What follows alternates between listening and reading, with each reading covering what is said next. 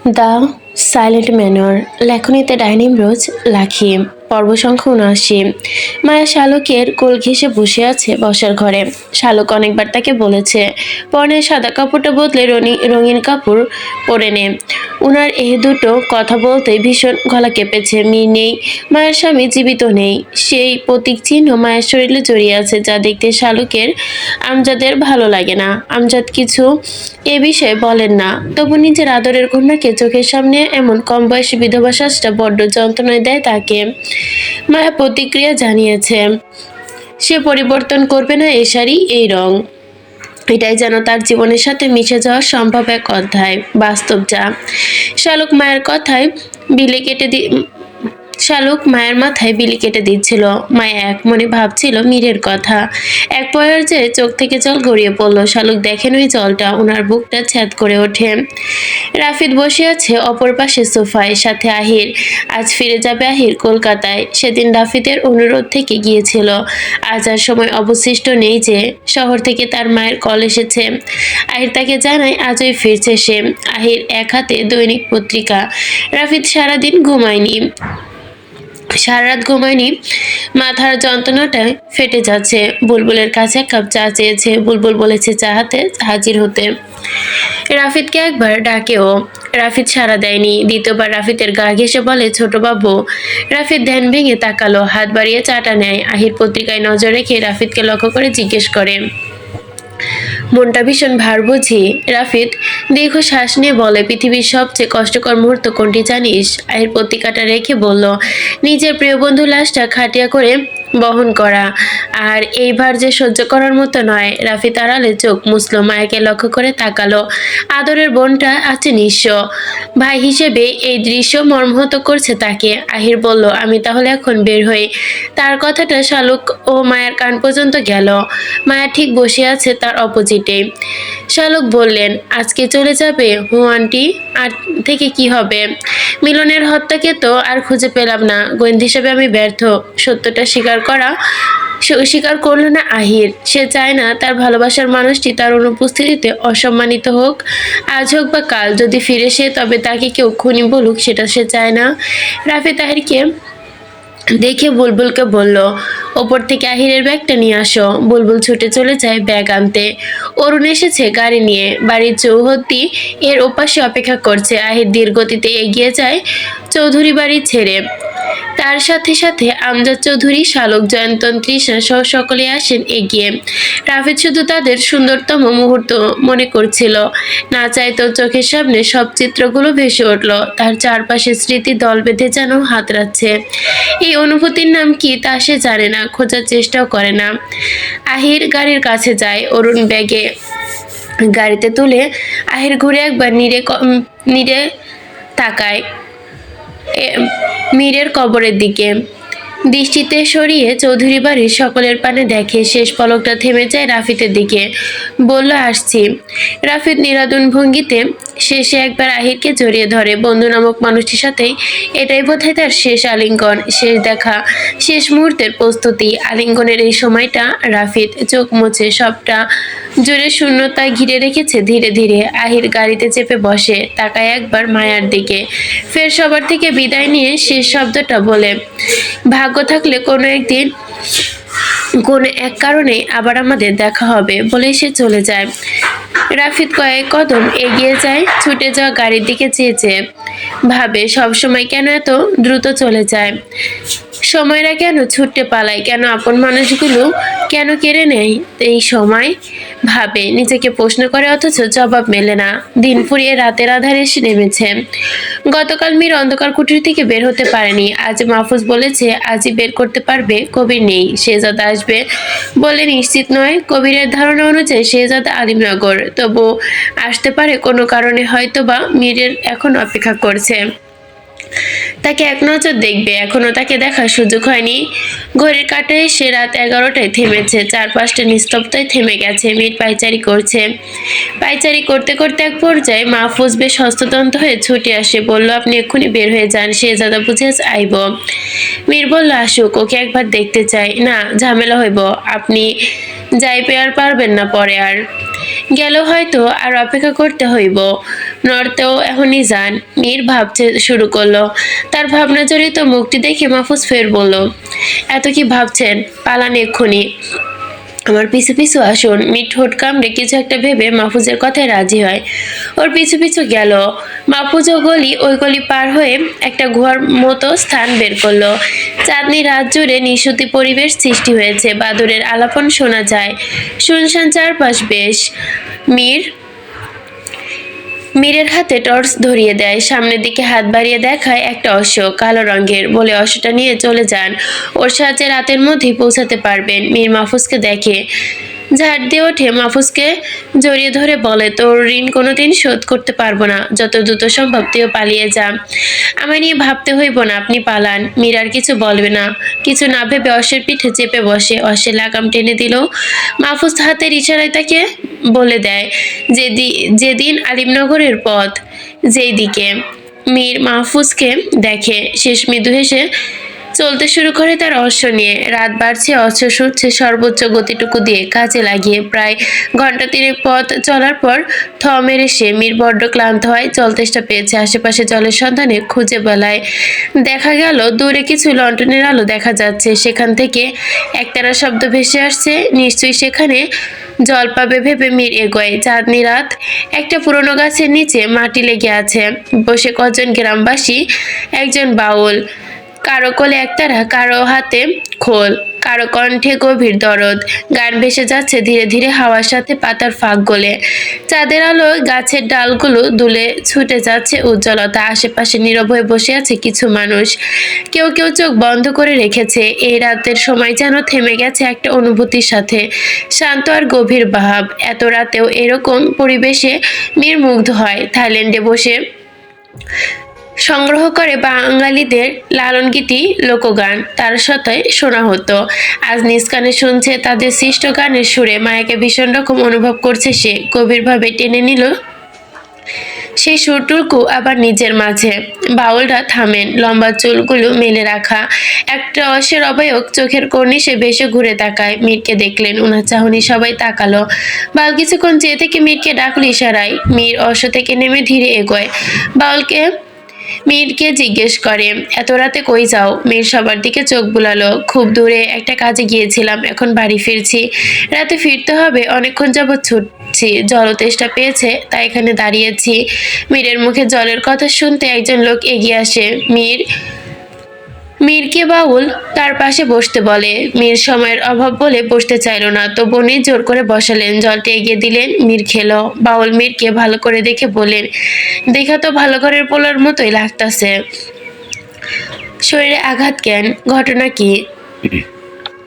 যে দিক দিয়ে আইসো ওই দিক তো সচরাচর কেউ যায় না। মীর নিশ্চুপ থাকে কিছুক্ষণ, এরপর মানুষগুলোকে বিশ্বস্ত মনে হওয়ার সমস্ত ঘটনা খুলে বলে। ওনারা হতভাগ হয়ে তাকিয়ে রয় মীরের দিকে। মুহূর্ত স্তব্ধতায় ঘিরে। মীর বিদায় দিতে চাইলে তাদের থেকে যাওয়ার আগে বলল, আমার লালন গীতি লোকগান বেশ ভালো লাগে। বাউল বললেন, তুমি একটা গান শোনাও, যে যা পছন্দ করে সে তা পারে, একটা সুর তোলো, আমরা বাদ্যযন্ত্র ধরতেছি, দেখবা মনটা ভালো হয়ে গেছে। উনার কথায় সবাই হৈ হৈ করে উঠলো। একজন খোল হাতে বললেন, একটা সুর ধরো বাজান। দুদিকে দুপথের দিকে দেখে, অর্শকে দেখলো একবার, এরপর অর্শ ফেলে বলল, একটা লালন গীতি মনে আছে, গানটার শেষ জীবনে কে উৎসর্গ করলাম। বলা শেষে একতারা খোল বাজাতে শুরু করে সকলে। মীর গলা ছেড়ে গাইতে শুরু করে, আমি যেদিকে যাইব রে মুর্শিদ, আমার নিজের বাড়ি, আমি যদি কিনা আইনো মুর্শিদ মার্কিন শাড়ি, আমি যেদিকে যাইব রে মুর্শিদ, আমার নিজের বাড়ি, আমার জন্যে কিনাইনো সাদা মার্কিন শাড়ি, তুমি নিজ হাতে নববধূ সাজাও রে, হে লালন চাঁদ বাবারে। মীরের গলার গানটি শুনে সবাই মুগ্ধ হলো। সুরারো স্নিগ্ধ সুর, মীর শোকে আচ্ছন্ন কণ্ঠ মিশিয়ে, মৃত্যুর খুব হয়তো কাছে তার, সবসময় আমার ভেতরে মৃত্যুর ঘোরপাক খায়। এতটুকু জীবনে কত কল্পনা জল্পনা, কত পাপ, কত দ্বন্দ্ব। থেমে মীর করুণ গলায় বলে, আমার মা বাবা নেই, জন্মের পর থেকে ওনাদের আদর পায়নি, শুনেছি ওনারা বেঁচে নেই। যখন ভাবি আমার মা বাবা দুনিয়ার বুকে বেঁচে নেই, তখন পুরো দুনিয়াই শূন্য লাগে আমার। কখনো কখনো বেঁচে থাকার ইচ্ছাটা মরে যায়। বাউল বললেন, এত কষ্ট আমি বুঝি, আমার মা বাবাও নাই, খুব ছোট্টকালে এতিম আমি। তোমার প্রতিটা সময় ভালো কাটুক, দোয়া রইল, মিস অস্পষ্ট কণ্ঠে বলে। আর ভালো কোথায়, বাধা পড়েই আছে সুখের দুয়ারে, ভেতরে আর ঢুকতে পারছি কই। বাউল বলল, আজ রাইতে আমগোলাগে থাকলে ভালো হইতো, কিন্তু ওইদিকে যে তোমার মহামৃত ভাব, সবাই মৃত ভাবতাছে, যাও বাড়ি ফিরো, তোমার বউরে লইয়া আর একটা দিন আইসো। মীর হেসে বিদায় নেয়। পথে যেতে যেতে শেহজাদার কথা ভাবছে। এতক্ষণে ও নিশ্চিত সংবাদ পেয়ে গেছে যে সে পালিয়েছে, খুঁজতেও নেমেছে। কিভাবে, কোথা থেকে হানা আনে বলা যায় না। হোক সামনে বা পিছে, কোথা থেকে কেউ ওত পেতে বসে আছে। মীরকে মনে জোর রাখতে হবে। তো বসে থেমে চলতে থাকলো, না থেমে চলতে থাকলো, কিন্তু পথে যেন শেষ হচ্ছে না। কে যেন বলেছিল, বিপদ আতঙ্ক ঝুঁকির সময় সহজে ফোরায় না। রাতের শেষ তৃতীয়াংশ চলছে, চার ঢলে পড়েছে। মীর টর্চ লাইট জ্বালালো। যতটুকু পথ এসেছে চাঁদের আলো মসলিন হয়ে গেছে। অর্শে চোখে সাথে সাথে শোষ করে বাতাস কানে বেদ করছে।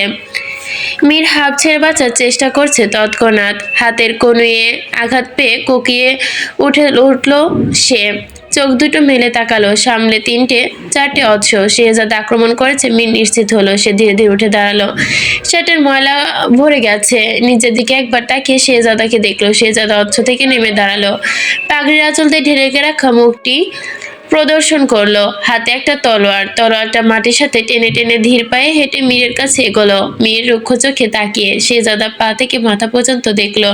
পুরো শরীর তেজের একটা আবির্ভাব, যেমনটি ছিল সুফিয়ানের। কবিরের বর্ণনার সাথে মিলে যাচ্ছে। শেহজাদা মীরের শার্টের ময়লা ঝেড়ে বলল, পালাচ্ছিস কেন? শয়তানের হাত থেকে বউকে রক্ষা করতে। ভালো, ওকে আমি আগে বেসেছি। তুই যেদিন ওকে ভালোবেসেছিস তার আগে থেকে আমি ওকে ভালোবাসি, এবং বিয়েও ঠিক ছিল। অবশেষে ও আমার স্ত্রী।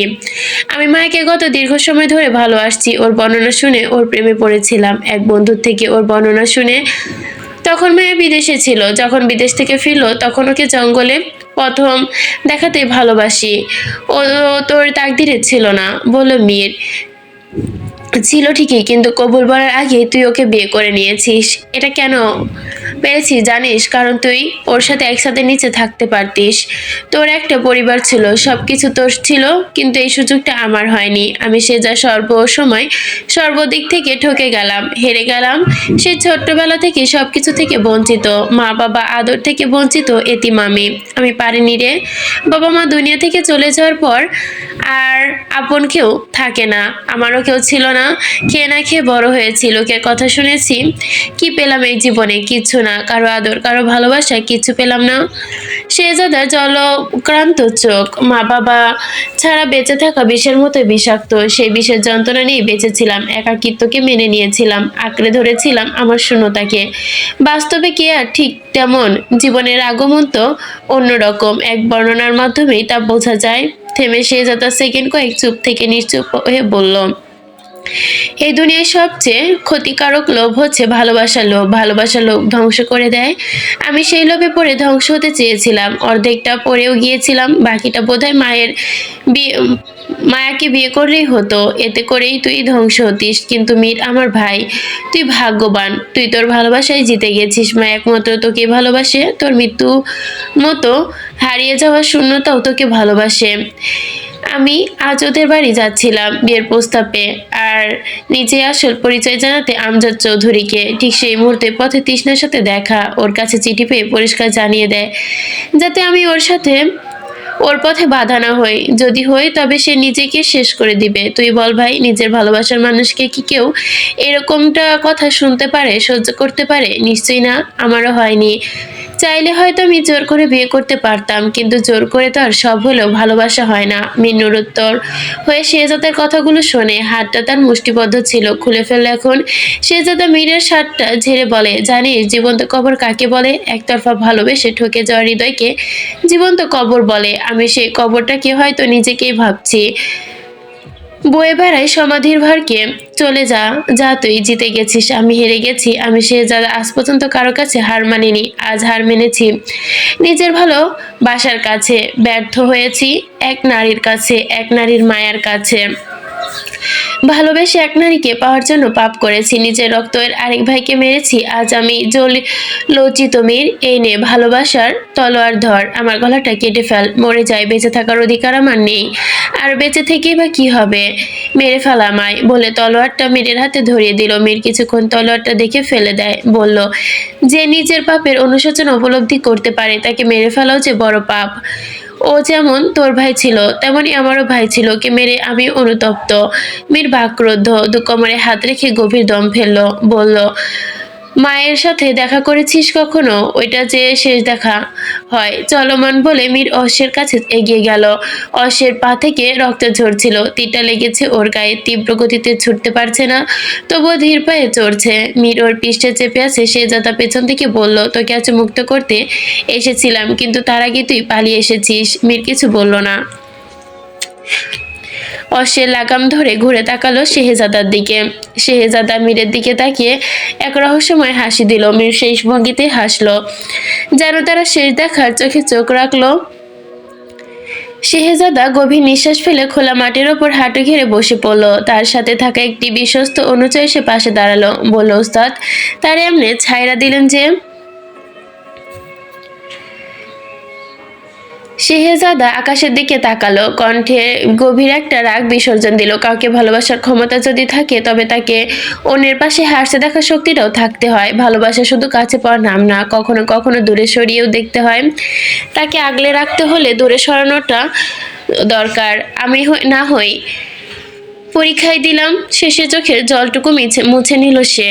কিছুক্ষণ তাকিয়ে থাকলো খুব গভীরতার সাথে। শেহজাদা ওর প্রশ্ন এড়িয়ে যেতে চাইলো। ভালোবাসা মানে ত্যাগ, একতরফা ভালোবাসা মানে হৃদয়টা মৃত। আজ সেও, আমিও মৃত। হারিয়ে ফেলেছি আমি সব। আমি শূন্য। শেষে এসে শূন্য বৃত্তের মতো এসেও আমার শূন্য হলাম। সব হারালাম। হারানোর মতো অবশিষ্ট আমার জীবন ব্যতীত আর কিছু রইল না।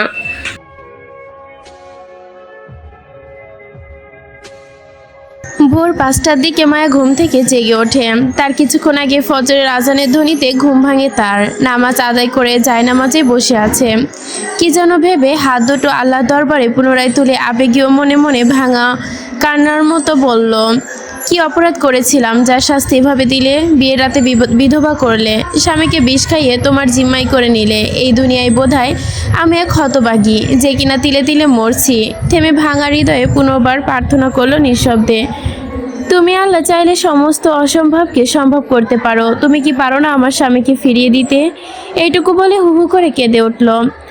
আল্লাহ শুনেছে তার প্রার্থনা। তিনি তো অন্তর্যামী, মুখে শব্দ নয়, মনে মনে বলা যে উন্মাদের কাছে পৌঁছে যায় তা।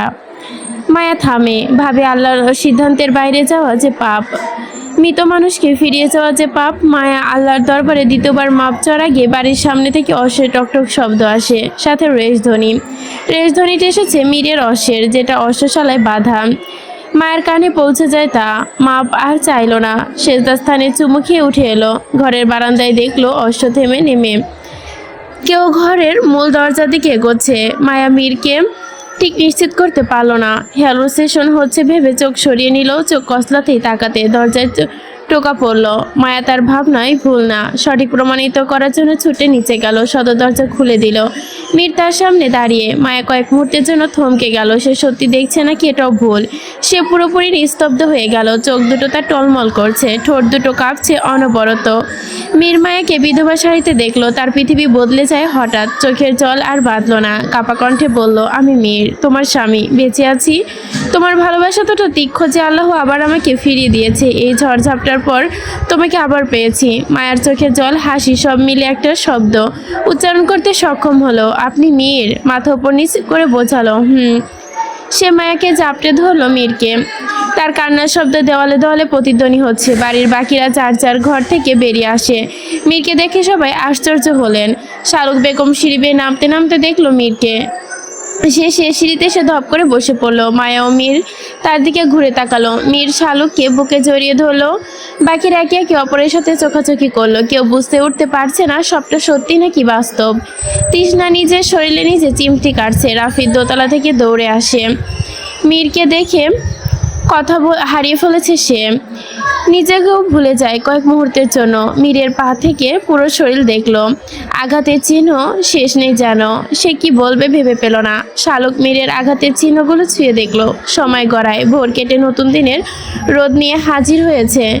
মীর এবং বাড়ির সকল বৈঠকখানায় বসে তার সাথে ঘটে যাওয়া সমস্ত ঘটনা খুলে বলে এবং এও বলে সে চৌধুরী বংশের প্রতিটি মানুষকে ভালোবাসে, বাবা থমাস শানকেও ভালোবাসে। যা কিছু হয়েছে সব কিছু আল্লাহর ইচ্ছায়। সে শেহজাদাকে ক্ষমা করে দিয়েছে। চাইলে ওকে মেরে নিজের রাগ জিদ প্রতিশোধ মেটাতে পারত, তবে এহেন কাজে পশু আর মানুষের মধ্যে পার্থক্য থাকবে না বলে সিদ্ধান্ত বদলে নেয়। শেহজাদাকে ওর মতো থাকতে দেয়। সবাই মীরের মুখে সত্য শোনার পর নিরুত্তর, কেউ কিছু বুঝে উঠতে পারছে না। মীর বসা থেকে উঠে গিয়ে শালুকের পায়ে কাছে হাঁটু গেড়ে বসে বলে, ছোট মা, তোমাদের প্রতি আমার কোনো অভিযোগ নেই কোনো অভিমান।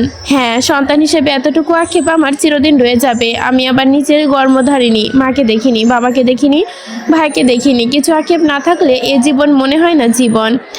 তুমি মন ভার করে থেকো না। মায়া শালুকের পাশে বসা।